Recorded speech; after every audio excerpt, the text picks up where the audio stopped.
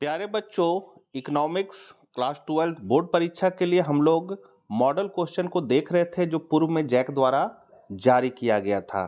तो हम लोगों ने ऑब्जेक्टिव क्वेश्चन को फर्स्ट पार्ट के वीडियो में देख लिया है। इस वीडियो में हम लोग अति लघु उत्तरीय प्रश्नों को देखेंगे।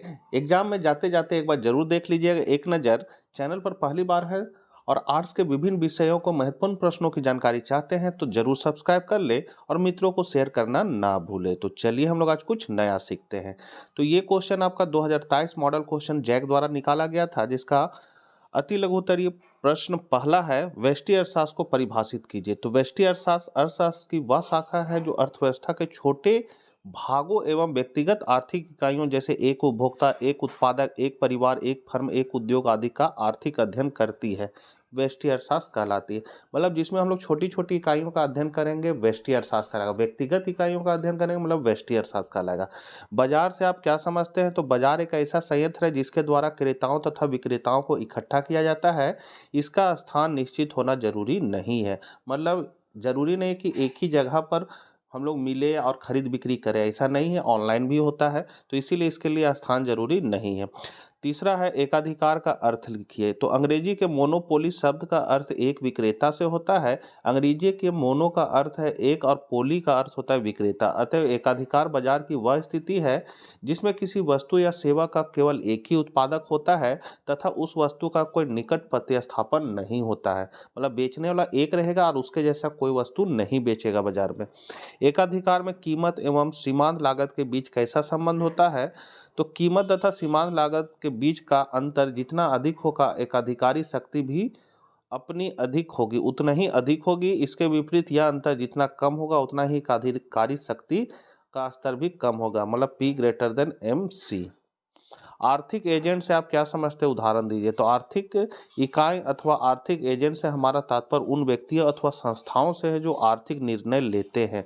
वे उपभोक्ता हो सकते हैं जो यह निर्णय लेते हैं कि क्या और कितना उपभोग करना है।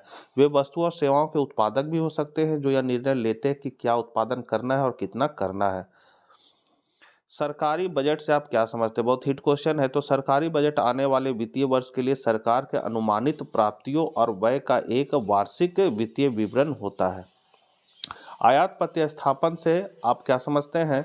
तो आयात प्रतिस्थापन का अर्थ आयात की जाने वाली वस्तुओं का देशी उत्पादन द्वारा प्रतिस्थापन करना है। अर्थात जो वस्तुएं हम विदेशों से मंगवाते हैं उन्हें देश में ही उत्पादित करना है। आयात प्रतिस्थापन निर्यात प्रोत्साहन की भांति भारतीय अर्थव्यवस्था के आत्मनिर्भर विकास के लिए बहुत आवश्यक है।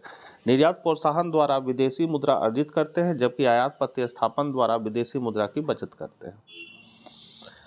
फिर है आपका लघु उत्तरीय प्रश्न, किसी वस्तु की मांग को प्रभावित करने वाले कारकों की व्याख्या कीजिए। इंपॉर्टेंट क्वेश्चन है। तो मांग को प्रभावित या निर्धारित करने वाला कारक है पहला, आय में परिवर्तन। तब जब लोगों की आय बढ़ जाती है तो उनकी क्रय शक्ति बढ़ जाती है और वस्तुओं की मांग बढ़ जाती है। आय के घटने से वस्तुओं की मांग कम होती है। मूल्य में परिवर्तन, तो समानता कीमत के कम होने पर वस्तुओं की मांग बढ़ती है और कीमत के बढ़ जाने से वस्तुओं की मांग घट जाती है। जनसंख्या में परिवर्तन, तो जनसंख्या के बढ़ने पर समस्त वस्तुओं की पहले की तुलना में मांग बढ़ जाती है और जनसंख्या के घट जाने पर मांग भी कम हो जाती है।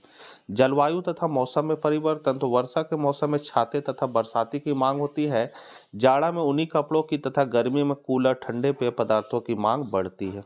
अनुमान में परिवर्तन, तो जब किसी कारण से भविष्य में किसी वस्तु के न मिलने का अनुमान होने लगता है तो अधिक कीमत पर भी अधिक मांग होती है। छठा पॉइंट है आय के वितरण में परिवर्तन। सातवां आदत, रुचि एवं फैशन में परिवर्तन और आठवां है विज्ञापन। आप 4 या 5 पॉइंट ही लिखिएगा। नौवां है अल्पकालीन उत्पादन फलन एवं दीर्घकालीन उत्पादन फलन में अंतर स्पष्ट कीजिए। तो अल्पकालीन एवं दीर्घकालीन उत्पादन फलन के बीच निम्नलिखित अंतर पाया जाता है। पहला है, अल्पकालीन उत्पादन फलन के अंतर्गत एक उत्पादक के पास इतना कम समय होता है कि वह एक साथ उत्पादन के सभी साधनों में परिवर्तन नहीं कर सकता, अतः उत्पादन की प्रक्रिया में कुछ साधनों को स्थिर रखकर एक या एक से अधिक साधनों में ही परिवर्तन किया जाता है। जबकि दीर्घकालीन उत्पादन फलन के अंतर्गत उत्पादन के पास पर्याप्त समय रहता है, फलतः वह वांछित उत्पादन प्राप्त करने के लिए उत्पादन के सभी साधनों में परिवर्तन कर सकता है, अर्थात वह उत्पादन के पैमाने को ही बदल देता है। दूसरा अंतर है, अल्पकालीन उत्पादन फलन के अंतर्गत एक उत्पादक अपनी वस्तु की पूर्ति को केवल एक सीमा तक ही परिवर्तित कर सकता है, जबकि दीर्घकालीन उत्पादन फलन में पूर्ति को मांग के अनुरूप बढ़ाया अथवा घटाया जा सकता है।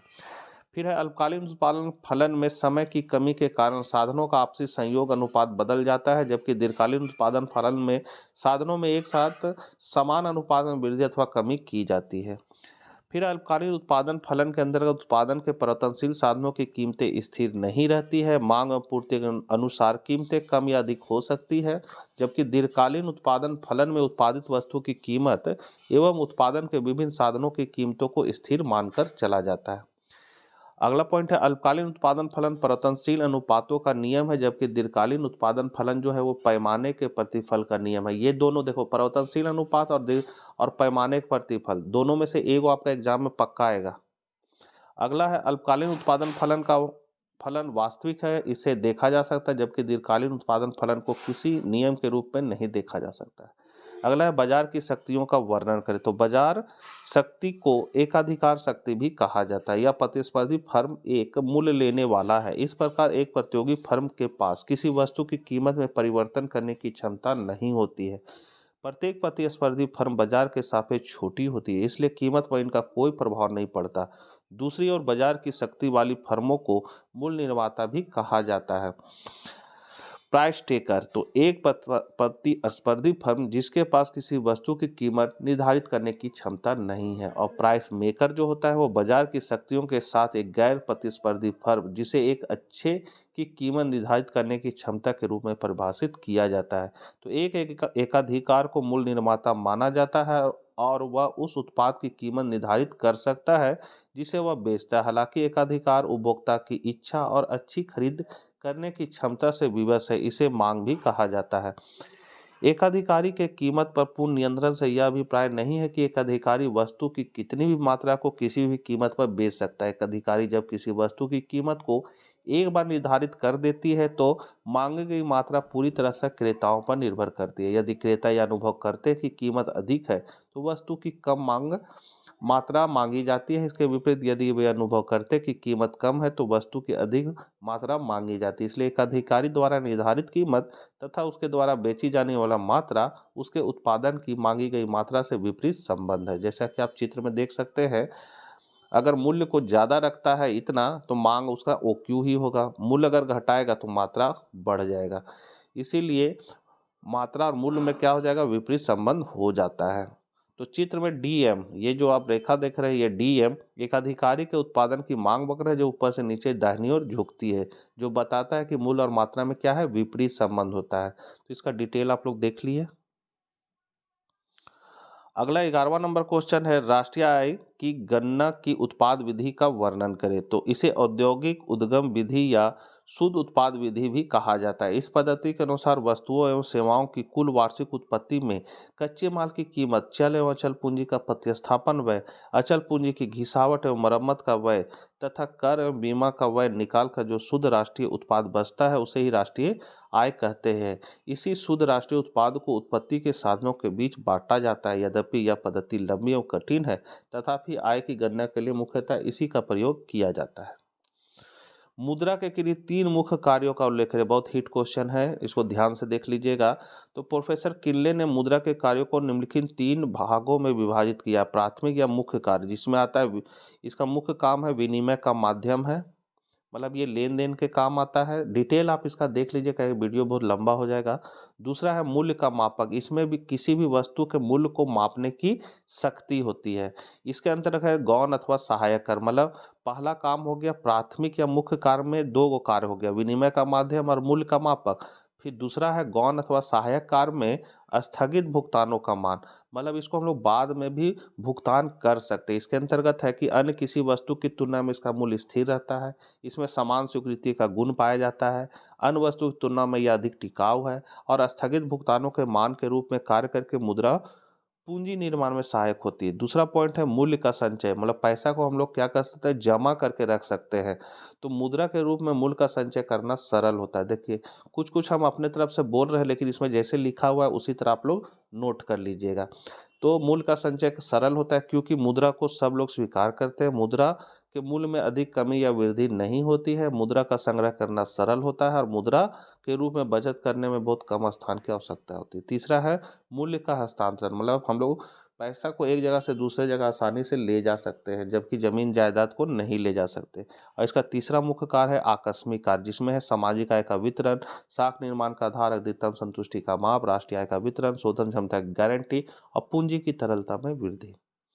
13 क्वेश्चन है समग्र मांग के घटकों को लिखिए। तो समग्र मांग या कुल मांग वह कुल व्यय है जो लोग एक वित्तीय वर्ष की अवधि के दौरान वस्तुओं और सेवाओं की खरीदने पर खर्च करने की योजना बनाते हैं। ध्यान देने वाली बात है कि समग्र मांग को मापने समय हम सदा लोगों द्वारा किए जाने वाले आयोजित व्यय या प्रत्याशित व्यय के संदर्भ में बात करते हैं। तो समग्र मांग के घटक क्या क्या है, तो ये क्वेश्चन साइंस में आया था, लगभग सेम यही क्वेश्चन आया था। तो इसके घटक है निजी उपभोग व्यय जिसको हम लोग सी बोलेंगे, दूसरा है निजी निवेश मांग जिसको आई बोलेंगे, तीसरा है सरकारी व्यय जिसको जी बोलेंगे और शुद्ध निर्यात है एक्स माइनस एम। डिटेल आप इसका देख लीजिए।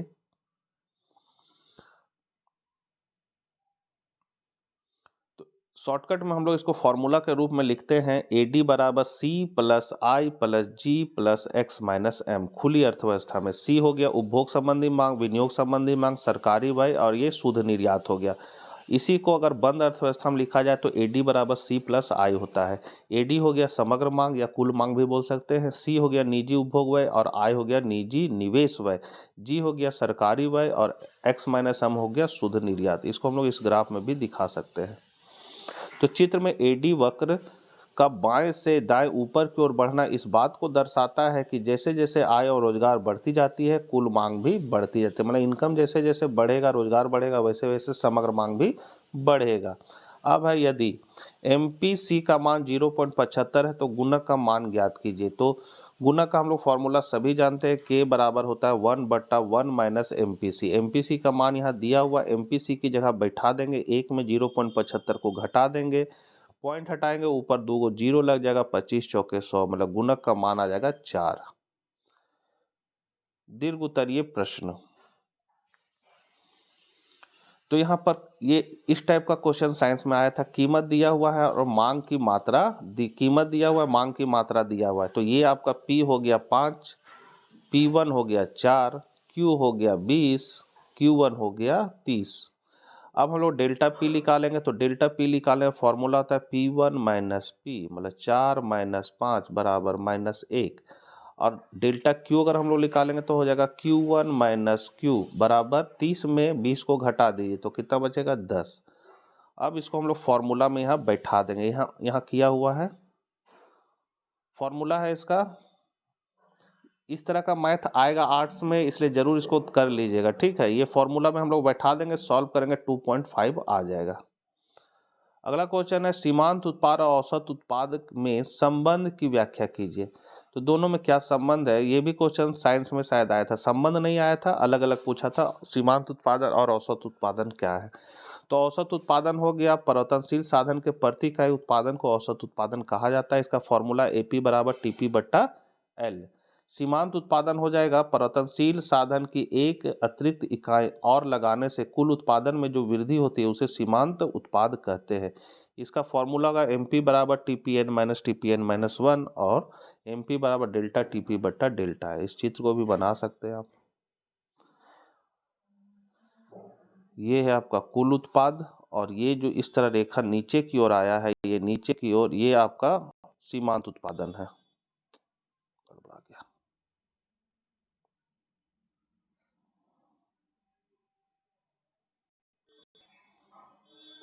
तो यहाँ संबंध पूछा जा रहा है, तो संबंध में हम लोग दिखा सकते हैं, इस चित्र को दिखा दीजिए।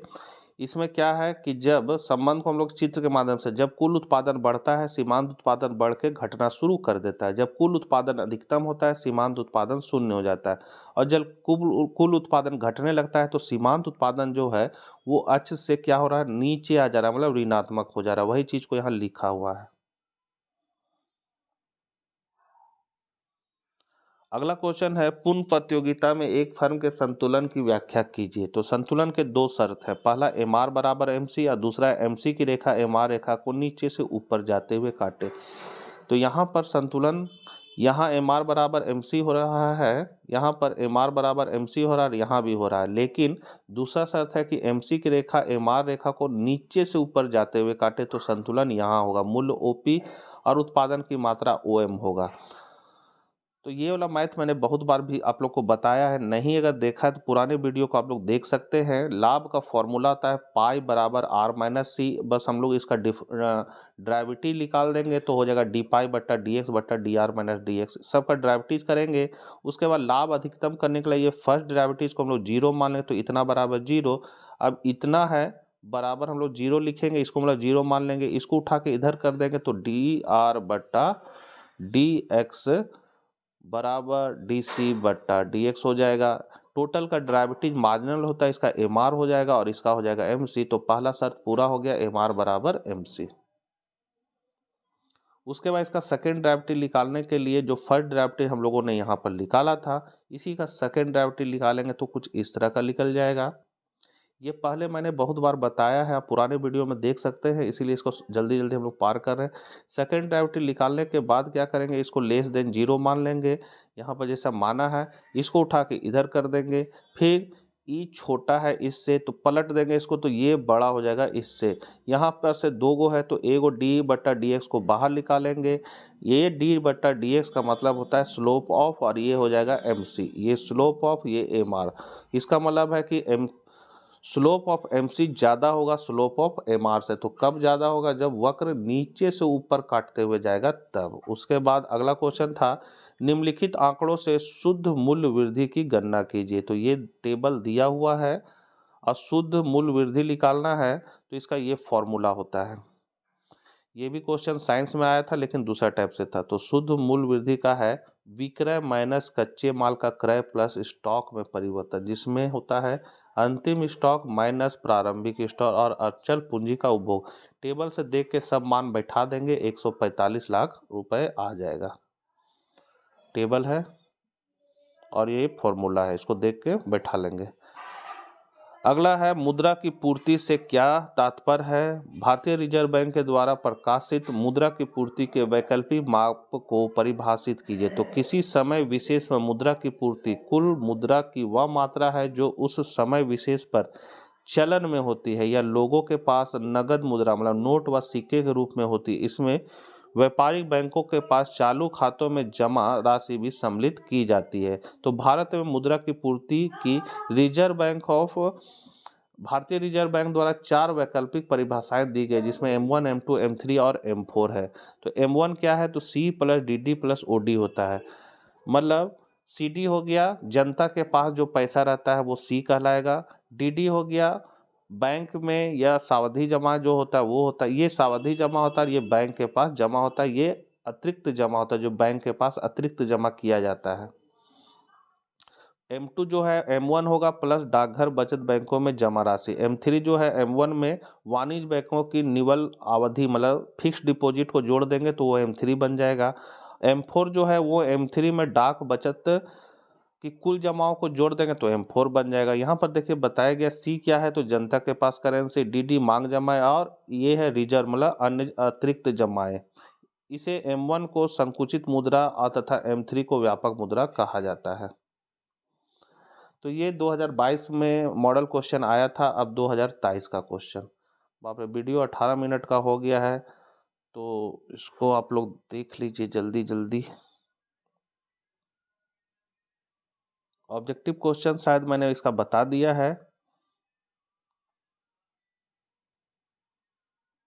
ये ऑब्जेक्टिव का क्वेश्चन फर्स्ट पार्ट के वीडियो में मैंने बताया है, ये सेकंड पार्ट का वीडियो है। तो इसमें हम लोग केवल सब्जेक्टिव प्रश्नों को देख लेते जल्दी जल्दी, इसमें नहीं आया था।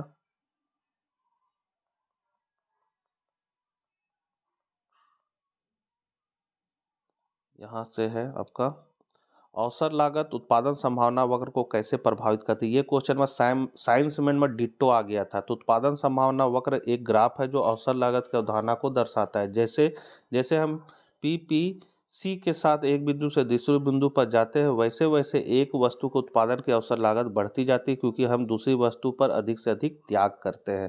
तो ये क्वेश्चन आया था साइंस में और ये मॉडल क्वेश्चन में आया था आपका 2024 का मॉडल क्वेश्चन में आया था। इसलिए मॉडल क्वेश्चन JCRT द्वारा निकाले गया क्वेश्चन बैंक और पूर्व परीक्षा में पूछे गए प्रश्नों को जरूर देख लीजिएगा। उपभोक्ता का अधिमान एक दृष्ट होता है, इस कथन से क्या तात्पर्य है? तो एक दृष्ट अधिमान का अर्थ है कि उपभोक्ता एक वस्तु की कम मात्रा की तुलना में अधिक मात्रा को सदा अधिक पसंद करता है। इसका अर्थ है कि अधिमान वक्र की प्रवणता नीचे की होती है। यदि उपभोक्ता की एक दृष्ट अधिमान है तो वह संयोग 4-5 से अधिक संयोग 5-5 या 4-6 को करेगा। उसके बाद है, यदि किसी वस्तु की कीमत 5% की कमी करने से उसकी मांग मात्रा में 8% वृद्धि हो जाती है तो उस वस्तु की कीमत लोच होगी। ये क्वेश्चन भी साइंस में डिट्टो आ गया था। तो यहाँ पर ये फॉर्मूला दिया हुआ है, इसका आंसर हो जाएगा 1.6। सीमांत लागत और औसत लागत की परिभाषा दीजिए। तो औसत लागत हो जाएगा कुल उत्पादन लागत को उत्पादित इकाई से भाग देकर औसत लागत ज्ञात किया जाता है, ये फॉर्मूला है। सीमांत लागत होता है अतिरिक्त इकाई का उत्पादन करने से कुल लागत में जो वृद्धि होती है वो सीमांत लागत कहलाता है, ये फॉर्मूला है। फिर है समष्टि अर्थशास्त्र की दृष्टि से अर्थव्यवस्था के 4 क्षेत्रकों के नाम लिखिए। ये क्वेश्चन साइंस में डिट्टो आ गया था। तो परिवार हो गया, फर्म हो गया, सरकार हो गया, बाह्य क्षेत्र हो गया। फिर है वर्तमान समय में डिजिटल विनिमय के किन्हीं 4 साधनों के नाम लिखिए। तो net banking, credit card, debit card, UPI. खुली अर्थव्यवस्था से आप क्या समझते हैं? ये भी क्वेश्चन डिट्टो आ गया था साइंस में। तो खुली अर्थव्यवस्था से तात्पर्य ऐसे देश है जहां देश के अंदर और बाहर वस्तु और सेवाओं और पूंजी का मुक्त प्रवाह होता है। सरकारी बजट को परिभाषित कीजिए। तो सरकारी बजट एक वित्तीय वर्ष की अवधि के दौरान सरकार की प्राप्तियों तथा सरकार के व्यय के अनुमानों का विवरण होता है। उसके बाद सीमांत उपयोगिता किसे कहते हैं? रेखाचित्र से स्पष्ट कीजिए। अब धीरे धीरे बढ़ा दे रहे हैं, वीडियो बहुत लंबा हो जा रहा है, समय भी बहुत कम है।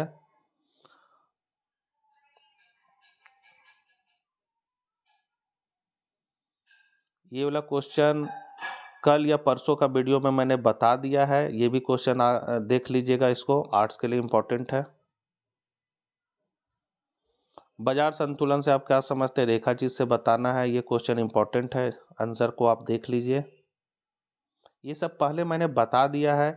यदि पहले से आप मेरे वीडियो को देख रहे हैं तो ये सारे क्वेश्चन मैंने बताए हैं। अभी बस खाली हल्का सा आप लोग को रिवाइज करा दे रहे हैं। फिर है किसी वस्तु की पूर्ति को प्रभावित करने वाले किन्हीं 3 कारकों की व्याख्या करें। एक बार आप लोग को आंसर दिखा दे रहे हैं ताकि आपका एक बार रिमाइंडर हो जाए, और ये सभी महत्वपूर्ण है। सकल घरेलू उत्पाद को परिभाषित कीजिए। यह सकल राष्ट्रीय उत्पाद से किस प्रकार संबंधित है?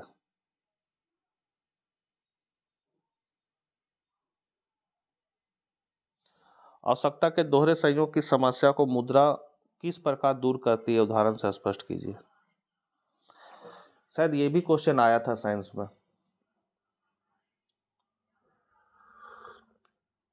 सरकारी बजट के उद्देश्यों का उल्लेख करिए। इंपॉर्टेंट है आर्ट्स वाले बच्चों का, एक बार जरूर इसको याद कर लीजिएगा।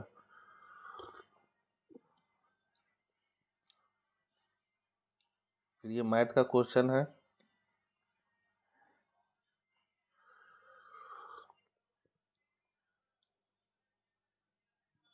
मांग की लोच को परिभाषित कीजिए, ये भी इंपॉर्टेंट है। पैमाने का प्रतिफल, ये भी इंपॉर्टेंट है। पैमाने का प्रतिफल और परिवर्तनशील अनुपात का नियम, दोनों में से एक वो जरूर आएगा आपका। और जो भी बच्चे देख रहे हैं या मेरे व्हाट्सएप चैनल से जुड़े हुए हैं या टेलीग्राम चैनल से जुड़े हुए हैं, एग्जाम के बाद क्वेश्चन जरूर भेज दीजिएगा और बताइएगा आप लोगों ने कितना सही किया।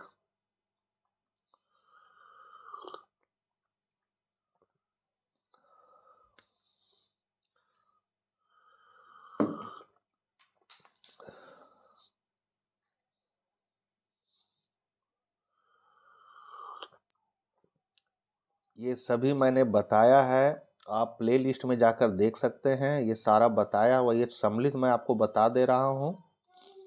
ये सारा क्वेश्चन बताया हुआ है, पहले वीडियो में आप लोग देख सकते हैं इसको डिटेल से।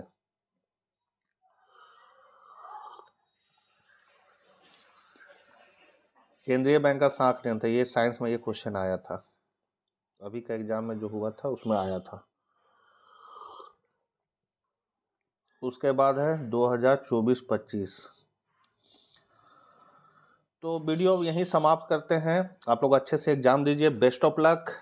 मिलते हैं हम लोग नेक्स्ट वीडियो के साथ। जय हिंद, जय भारत।